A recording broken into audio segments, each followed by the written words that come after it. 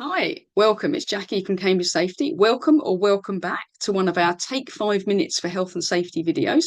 And this is a part two. We don't normally do a part two, but it's about the history of fire legislation.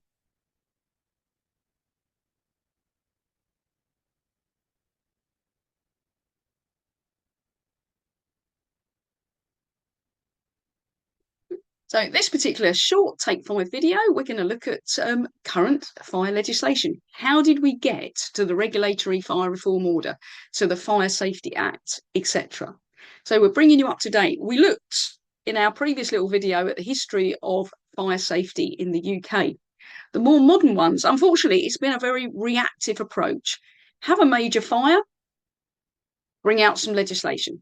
Have another major fire in slightly different circumstances, bring out some legislation. You can see I've put a variety of bits of legislation and serious fires there. So we're just going to have a little bit of a look at a few of these. But unfortunately, it took a major fire and usually one or more people being killed for the UK and the government, the relevant parties, to actually realise actually this is an aspect of fire safety that we need to regulate on to try and ensure the health and safety of everybody.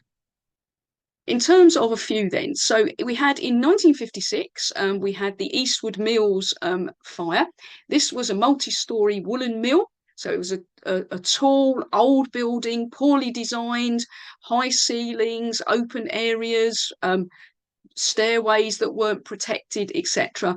And the fire just spread rapidly through the woolen mill, not just because of the building, but also obviously the wool and all the combustible materials in there. Wool also has lots of oils and greases in, so it burns very readily. So you had rapid fire spread, and unfortunately, 8 people couldn't get out because of the density of the smoke and the spread. So that led to the Factories Act, which at the time required buildings of this type to have a means of escape certificate. And that came from the Fire Authority. And literally up until the 1980s, but buildings were then required to have a fire certificate. But this was enforced by Her Majesty's Factory Inspectorate. In 1969, we had a fire on Boxing Day, so the day after Christmas. It killed 11 people. This was the Rose and Crown pub and hotel, which was in Saffron Walden. The hotel, as you can see there, 3 stories, very, very large and spread. There was a fire at ground floor, which shouldn't have necessarily been a problem, but it was at night when all the guests had gone to bed and were sleeping. The alarm wasn't raised very, very quickly. And even when it was, people weren't able to get out of the building. So this led to the Fire Precautions Act of 1977, which required all buildings of over a certain size or with over a certain number of people to have a fire certificate. And that was you'd have to go to the Fire Authority to work through with them. What do we need to put in place in terms of the means of escape, fire alarms, etc.? In 1979, so 10 years later, there was a major fire in the Woolworths store in Manchester. And for those of you who are young and don't know Woolworths, it was a multi-purpose store. It did everything from children's clothing to sweets to toys, hardware, food, you name it. Did a little bit of everything. So a very, very large shop, which we had throughout the UK at the time. So the building, it was 6 stories high, so very tall. It had, at the time of the fire, 500 customers and staff on site. There were bars on the upper windows. 10 people died who were trapped in the upper floors. The fire spread rapidly, not only because of the size of the building, but the sheer amount of combustible materials that they actually had on site. Lots of polyurethane foam in furniture and things like that, and very dense, thick, toxic smoke was created. There was also the potential that the cashiers were told if a fire alarm sounds, you need to make sure that you take the inside of your till, the drawer where the cash is, and take it to the cash room. Unfortunately, the cash room was not on the ground floor. So there's the potential that some of these cashiers who followed what they'd been told, they went to one of the upper floors, they got trapped, and all the upper floors, the windows had bars on, so there was no way out. This led to some legislation on furniture standards and the upholstery in furniture. We had an original set of legislation in 1980, but other legislation followed. And today, now in the UK, if you buy a bit of furniture, whether it's for work or home, you'll see a little label about its fire safety requirements. The Bradford City Football Club fire in 1985, you can see the intensity of the fire and the flames there. This was a wooden stand, a terrace where people would stand to watch the game. It was made of wood. It had already been condemned, but they were just still using it at the end here. And there was lots of rubbish under the stand. And it's believed that a cigarette or a match caused that to start burning. And literally within 4 minutes, the dryness of all the wood and all the material, the fire spread to what you can see there. 58 people were killed in that tragedy. That led to a new Act of Parliament, the Fire Safety and Safety of Places of Sport Act in 1987. What you'll see with some of these early cases as well, the legislation actually came out quite quickly. So this is an Act of Parliament that normally takes quite a long time, and that came out within 2 years, which is right. But these days you'll see that actually, unfortunately, things sometimes still take a little bit longer, which they shouldn't. In 1987, we had the major fire in the tube station at King's Cross. Started at 7:30 in the evening when it was obviously really busy, led to 31 fatalities. Now, at the time, the tube had a no smoking rule, but which was enforced on the trains. But what happened then, people would get out of the trains, and even though they weren't meant to smoke, they then would light up as they were heading out up the escalator. There was lots of rubbish and oil and grease under the escalator, and it's believed that a lit match was dropped onto the wooden escalator. That then went down underneath it and set fire to all the rubbish downside.